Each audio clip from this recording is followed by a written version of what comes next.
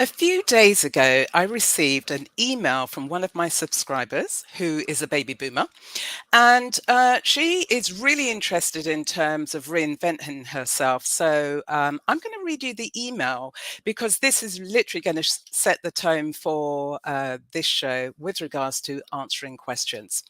So her name is Ingrid Durant. And she says, as an up and coming baby boomer who's really enthusiastic about setting up her new business, at this stage of her life, she feels as if people will really be getting the best out of her. But she has an Achilles heel. And here's what she says: my Achilles heel is social media. I lack the ability to make my presence felt online. I feel frustrated because I have to rely on other people with regards to them trying to work out what my business is actually about. I simply want to make my own flyers and brochures. I want a presence on TikTok. And my granddaughter told me I can use AI because it can do everything I really want, and it's done so easily. Now I'm really confused. So before I answer and give a full answer with regards to Ingrid's problem, as well as a handful of other questions that I received from subscribers, if you're new here, welcome. My name is Bybreen Samuels, and I help baby boomers reinvent themselves psychologically, practically, and technically so they can thrive in their third act of life. And if you're one of my regulars, welcome back. Great to see you here. So dealing with Ingrid. So she's got this business and she's unsure about where to begin. This is really about the beginner steps of how to bring her profile out online. So I want to introduce you, Ingrid, and other people in terms of forming or creating an archetype. What do I mean by this? An archetype is a persona or an identity that, alongside your own identity, i.e., Ingrid Durant, you're trying to build your personal brand. And one of the ways that's going to help structure the personal brand, and so therefore people can relate to it from a storytelling point of view, is if you select an archetype. So let me give you some examples. So there's the archetype of the innocent.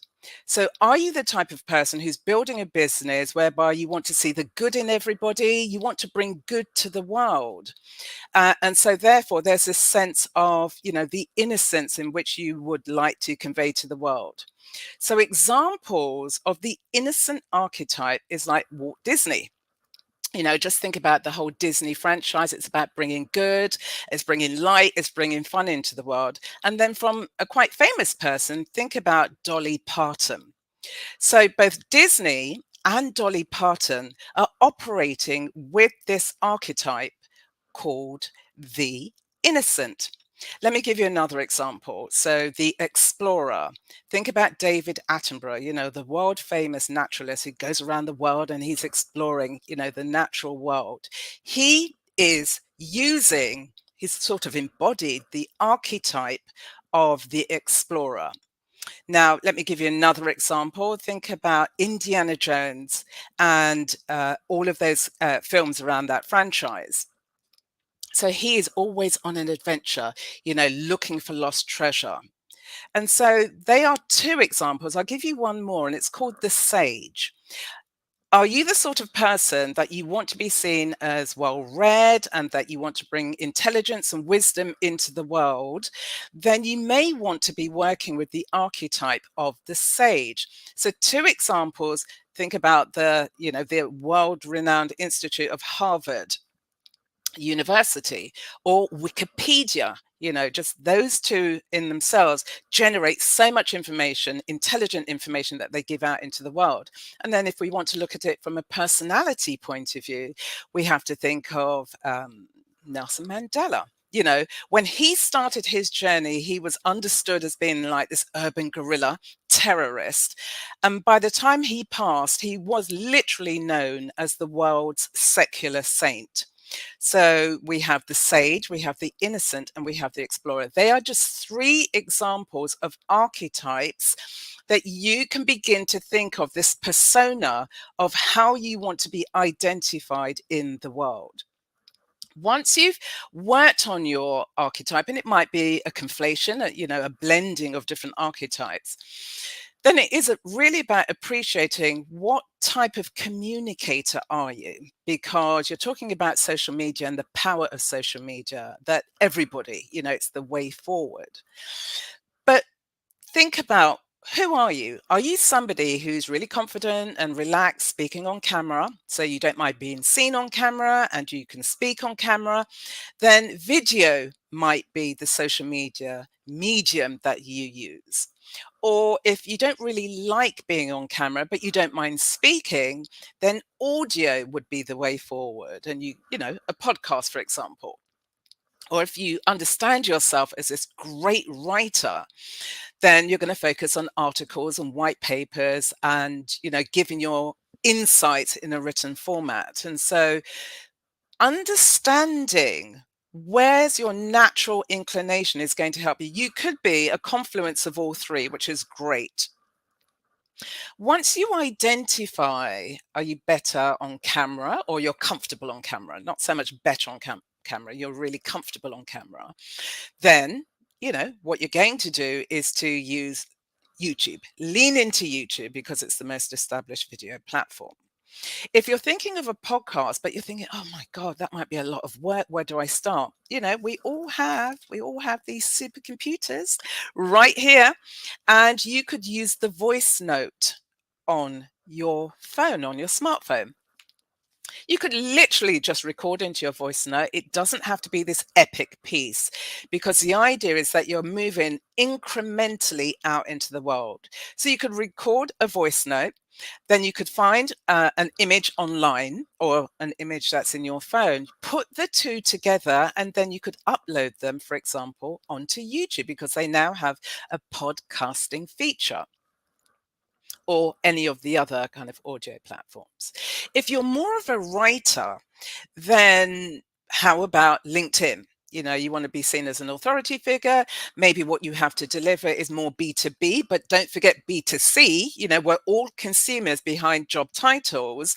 Then the way forward could be, writing articles, writing posts, sharing your ideas, sharing your perspective, sharing knowledge, adding value. You could do that on LinkedIn. Or if you wanted to put it in a newsletter that you send out weekly, bi-weekly, or monthly, or however long you want to do that, then you could use a service like Beehive. You could use Substack. So they are just three different ways in which you can begin to position yourself out in the world. And the best way to do it is to tie it to an archetype that you think truly represents who you are and what is it that you want to bring to the world. Once you've done those two things, then the third thing is, well, actually, what is the message? Where do you start? So a very simple way for you to start is to think of, what's your value proposition? What is it that you want to bring to the world? Once you've identified your value proposition, what you're going to do is now pick the archetype. And let's say it's video. So you're going to now share your value proposition via video, and then you're going to think of themes that naturally emanate from the value proposition that can then go on to add value to your audience. So Ingrid, I hope that answers your question. Thank you very much for that, Ingrid Durant. So that's a way for you to start building your presence. And then you can think of, other mediums that you could use.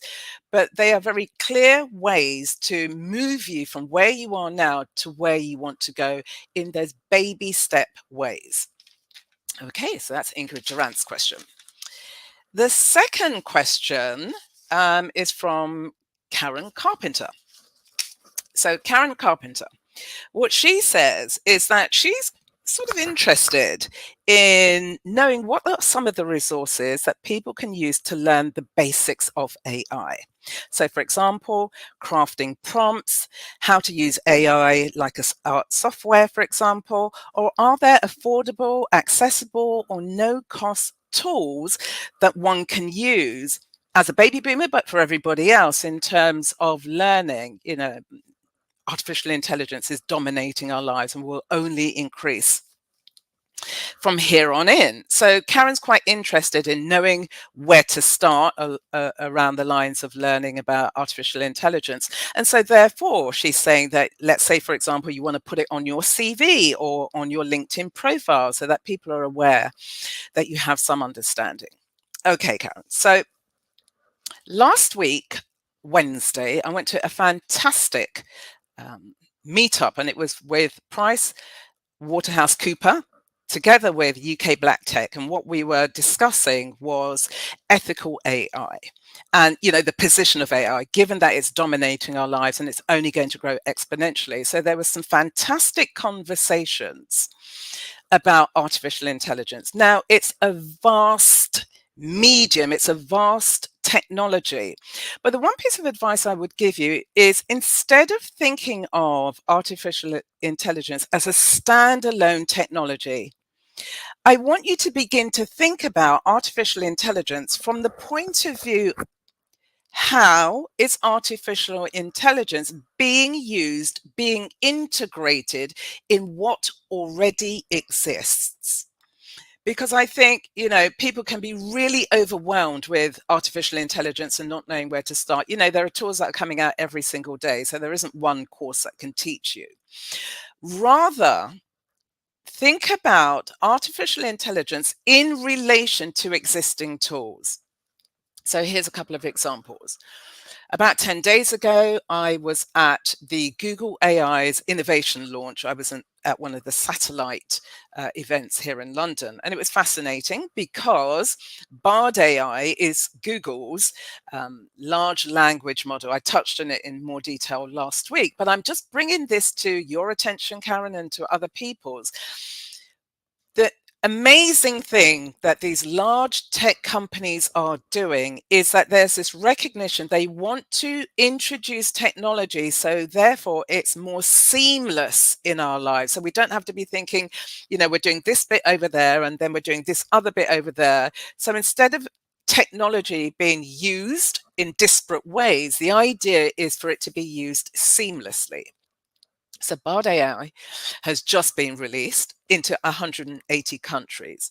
So what I'm going to suggest to you, Karen, is, instead of thinking of this basic course, Bard AI is being integrated in the Google suite of apps that already exist. That's one thing. Secondly, it's already learnt 20 programming languages. So if, you know, if you're from a developer point of view. And then thirdly, it's a sense of, you know, it's being integrated through partnership. So let me step you through all of that. Instead of thinking, I need to go and learn this course, let's work with Gmail and the Google suite, you know? So there's slides, and then there's Gmail, and there's Docs, for example. They are three core assets from within Google. Now, Bard is already integrated in there. So you're learning AI, but you're learning it in an environment that you're already familiar with. Moving forward, Bard AI has entered into a partnership with Microsoft, and in particular, Microsoft's 360 Office Suite. So, you know, there's Microsoft Word, there's Microsoft Outlook, there's Microsoft PowerPoint. These are apps and tools that are already in existence. And this is where the technology and the technologists are conflating, they're shortening the learning curve. You still have to roll up your sleeves and get in there and know it, but it's about linking it, hooking it into what it is that we're already familiar with.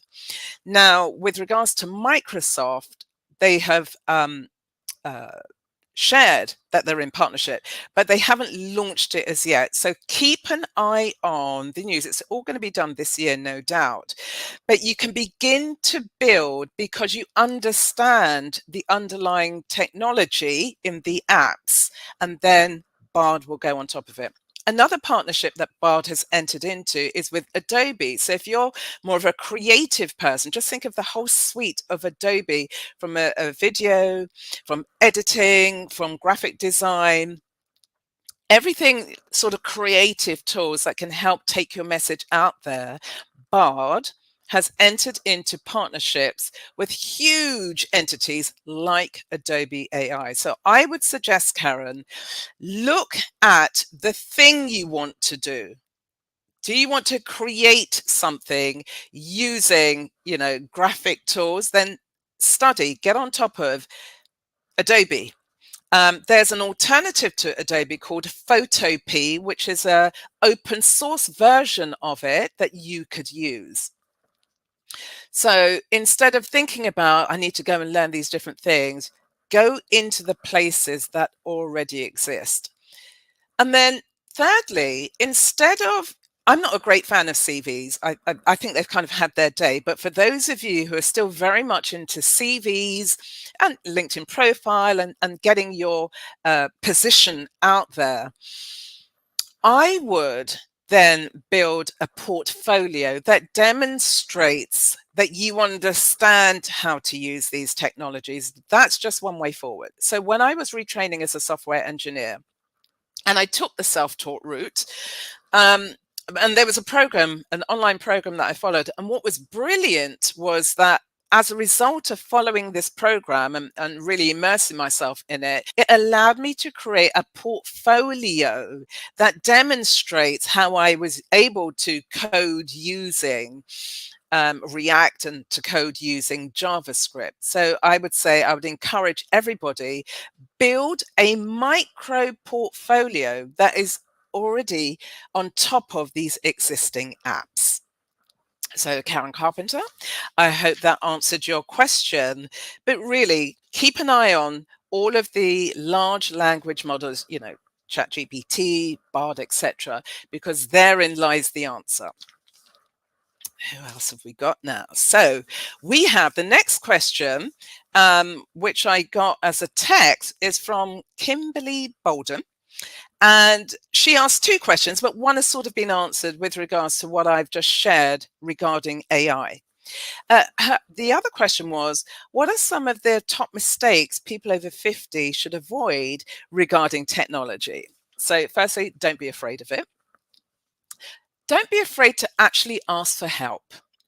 Now, there's something about as older people, we've lived longer, so we've been exposed to a whole raft of knowledge and information. And so, therefore, there may be this underlying tendency of thinking, well, I need to know it all and to master it. It's more about where we are in the world today. It's more about, with the knowledge and information that I have, how can I solve a problem? That's the way to think about engaging with technology.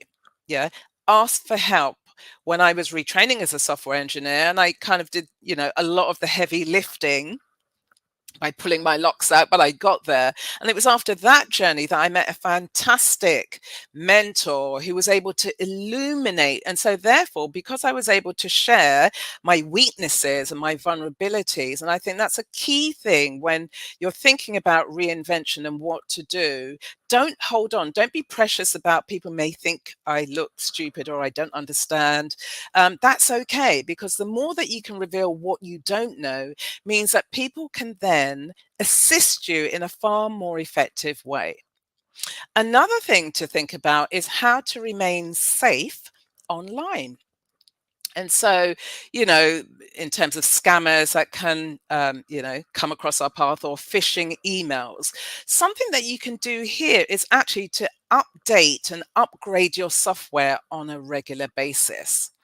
And then finally, something that you should avoid, but actually get into, is to use new technology. Don't be afraid of it. I've kind of set the context of where artificial intelligence is and what it's doing for our world. Step into that, as somebody who's in their 50s, 60s, 70s, 80s, and beyond.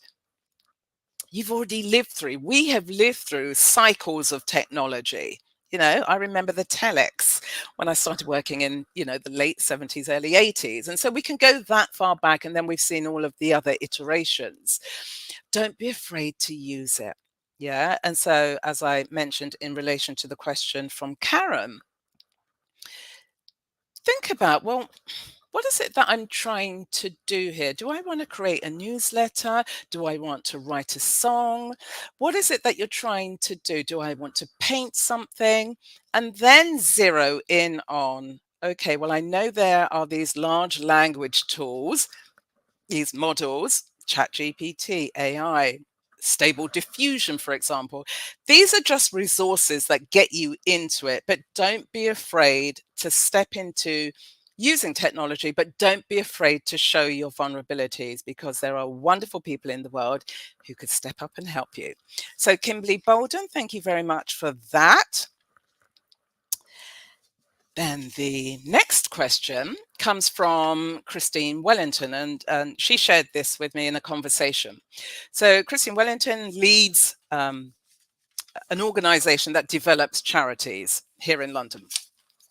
So her question is, how and where do I start to develop my digital skills, both personally and professionally?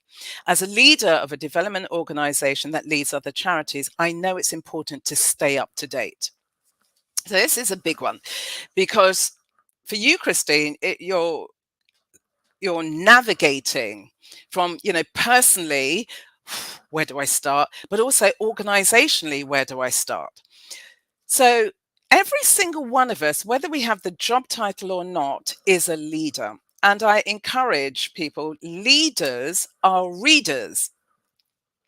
And so for you, Christine, it's about straddling. How do you begin to get up to date in this vast canon of information about technology? So I'm going to refer you to an article, and I'll put the link in the description below.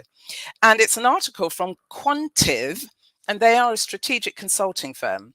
And earlier this year, 2023, they wrote an article about the top 5 business challenges and how to overcome them, given that we're living, thriving, existing, struggling in this digital age.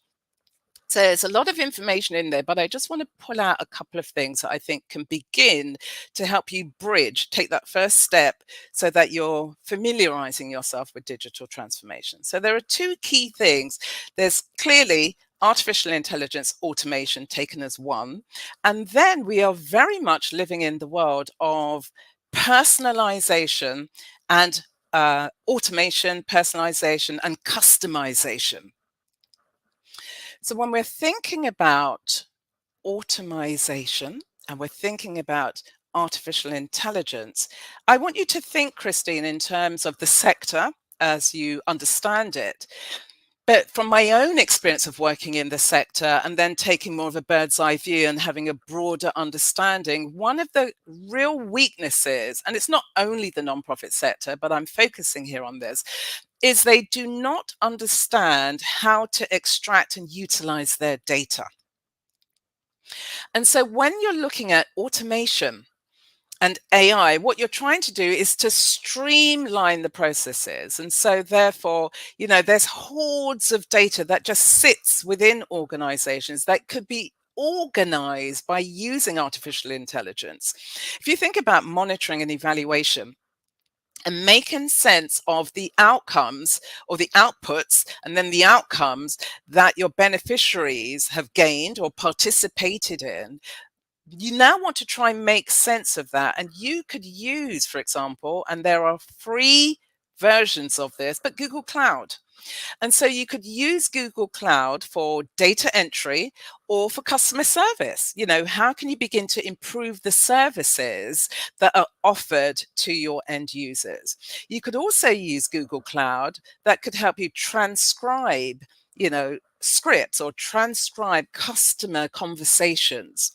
And so as a leader of a sector, and helping to inform and guide others, the best place would be to look internally and how could you begin to apply these resources in your own organization. So I would suggest, as the baby step, is go and check out the suite of Google Cloud resources. There are free versions.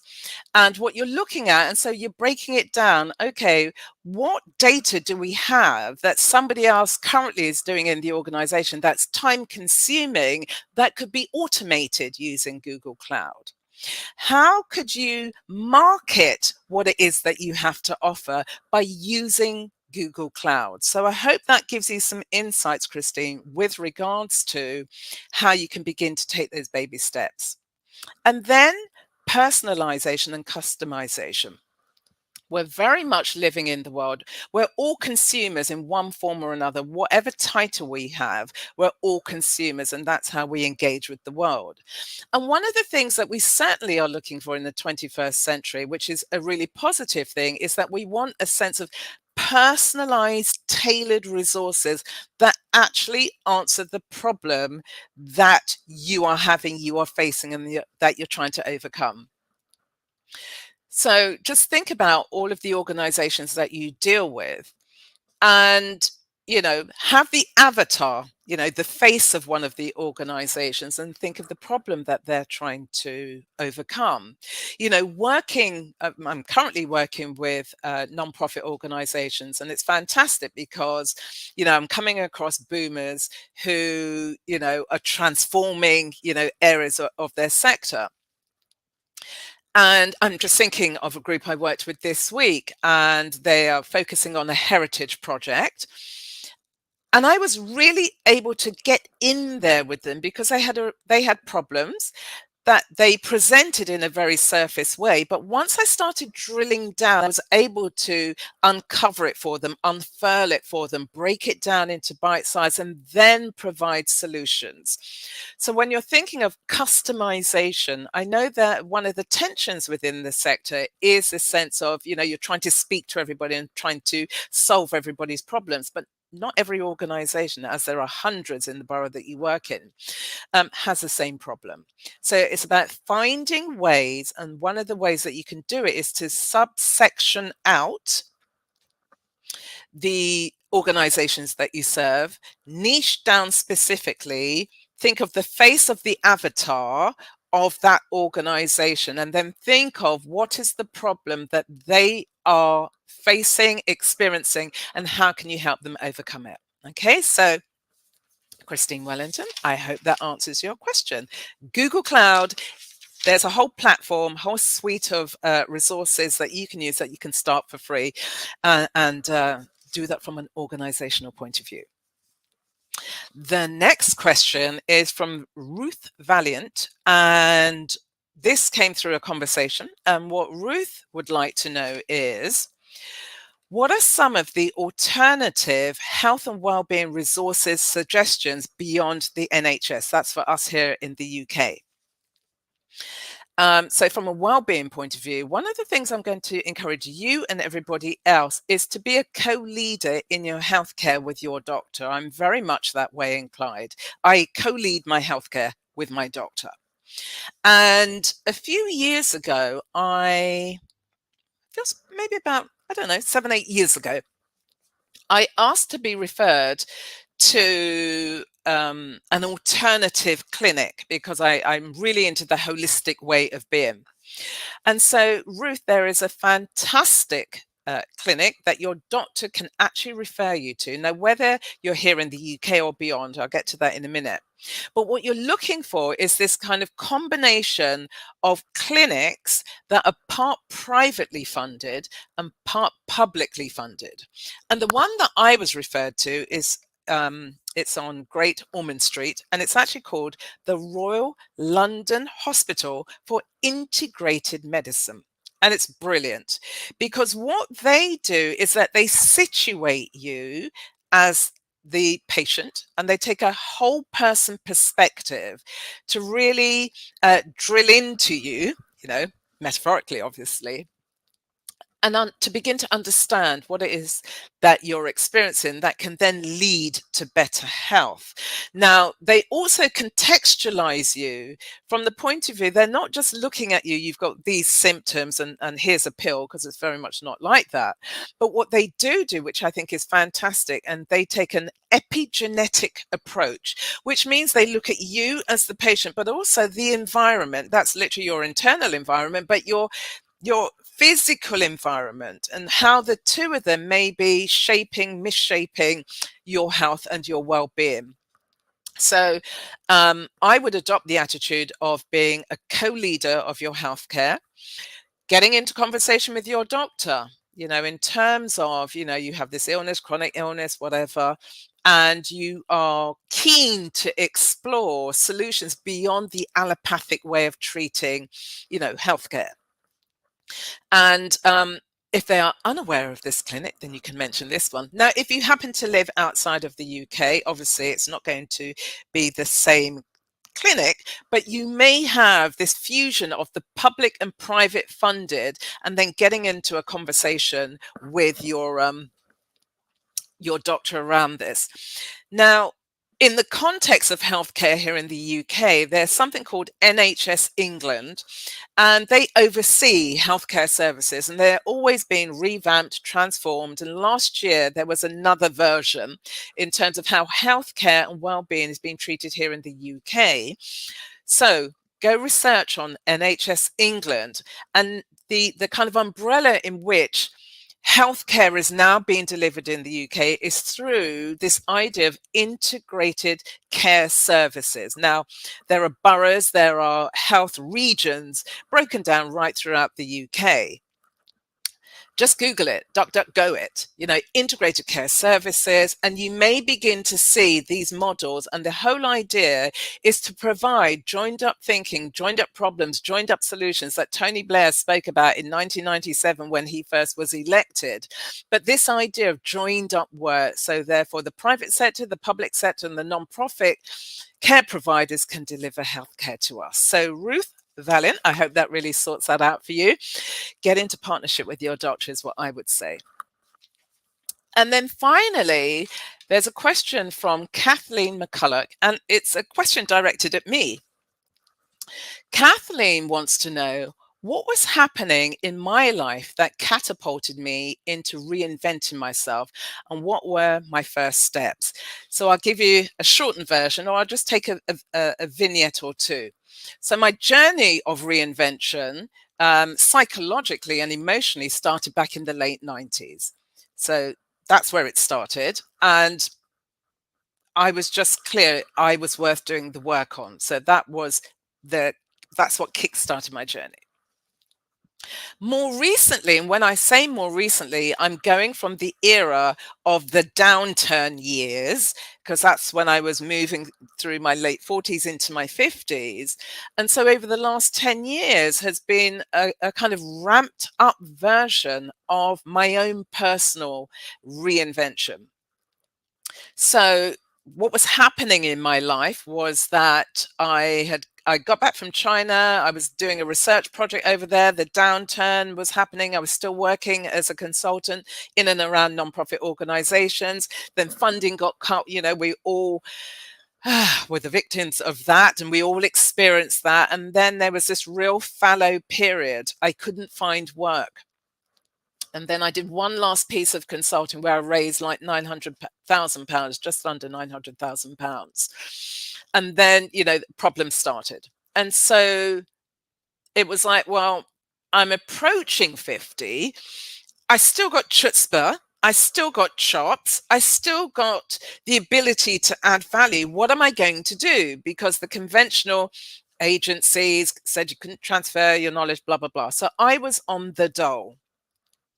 And one of the great things that happened to me when I was on the dole was that's when I wrote my book. So the catalyst was that I couldn't find work. I was on the dole and I was sitting on a ton of knowledge. And so what I did was I wrote and self-published my book when I was on the dole. That then helped me reinvent myself as an author, a writer, and a publisher. And it was fantastic because the journey of taking my own knowledge, my lived experiences, my knowledge, and it was a practical business book for nonprofit organizations. So it was stuff I knew. It was like just at the tip of my click of my fingers. And I absolutely loved it. I loved conveying the ideas and writing it, and I wrote it as a utility, as a guide. while I was on the dole, I was putting the time to great use. So, when you come across people and they happen to be on the dole, and trust me when I tell you, I had directors sitting next to me in the dole office. I had BBC producers, everybody was there. So never feel embarrassed about that. So what I did was I wrote the first draft, and then I went out and I interviewed some people and included that information. And then what I did was I started to save my toll money, £1 this week, 50 pence the next week, 25p. And then two wonderful angel friends, not huge investors that we think of when we talk about angel investors, but two wonderful friends gave me a contribution to help me put together my first print run. And then I was off to the races, which was wonderful. So the moment was, I've still got so much value that I can offer and want to show up in the world. What can I do to help move me from point A to point B? And that's what happened. That was the catalytic moment. That was a real kind of pivotal shift in my world. And that book, my book, I used as leverage to get into the BBC as a media commentator. And so, yeah, reinvention really helps you to expand your own identity of what you think you're capable of. And I'm the sort of person, I know what it is to stand in the fire of my own life and get burnt to smithereens and then be the phoenix that rises from it. But that journey is so enriching that, Kathleen McCullough, I would actively invite you to step in so that you can equally experience what does it mean to be the hero in your own life. So that's it. They're all the questions that I received, whether it was via email, conversation, or DMs. And I hope I was able to answer the questions in a way that was meaningful to people who submitted. If you equally would like to have me answer your questions, I plan to do this maybe once a month, do a Q&A with me. Put your questions in the comment box below, DM me, email me, and then I will pick up those questions. Please like and subscribe to this channel, and to share this information with other fabulous boomers in your life, in your network. And if there's anything in particular that you would like me to cover in future shows, do let me know. Stay well and have a fantastic Sunday. Bye-bye.